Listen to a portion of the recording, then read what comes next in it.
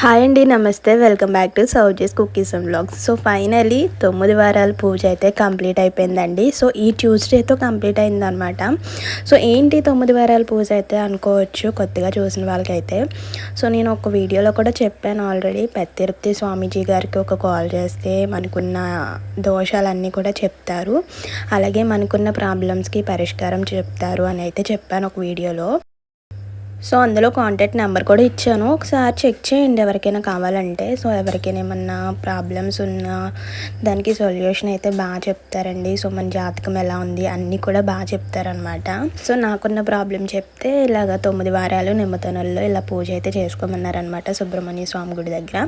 So ఇంకా ఈరోజు last రోజు అనమాట, లాస్ట్ మంగళవారం పూజ చేసుకొని ఇంకా అభిషేకం చేయించుకొని అలాగే అక్కడ ఉన్న బ్రాహ్మణులకి స్వయం పాకం కూడా ఇచ్చేసి ఇంకా సంతోషంగా అయితే వచ్చామన్నమాట. సో మనం అనుకున్నది ఏదైనా సరే 9 వారాల్లో జరుగుతుంది. అలాగే మన జాతకంలో ఏదైనా దోషం ఉన్నా సో ఇలా మేము అనుకున్నది అలాగే మేము అడిగింది అన్నీ చెప్పారనమాట. ఇంకా సుబ్రహ్మణ్య స్వామి గుడి పక్కనే వినాయకుడి గుడి అనమాట. సో అక్కడ next day Wednesday Vinayaka Chavithi కదండి. సో అందుకే డెకరేషన్ ఇవన్నీ చేస్తున్నారనమాట. ఇంకా మెయిన్ సెంటర్లో అనమాట ఈ గుడి వచ్చేసరికి. ఇంకా పక్కనే ఆంజనేయ స్వామి గుడి ఉంది, అక్కడికి కూడా వెళ్ళి దర్శనం చేసుకుని అయితే ఇంకా ఫైనల్లీ ఇంటి దగ్గరికి అయితే వచ్చేసా అనమాట. ఇంకా చూసారు కదా డెకరేషన్ అయితే చేస్తున్నారనమాట, చూసారా బయట ఇవి కదా. ఇదండి నా 9 వారాల పూజ అయితే సంతోషంగా అయితే కంప్లీట్ అయిందనమాట. సో చూడాలి ఇంకెలా ఉంటుందో.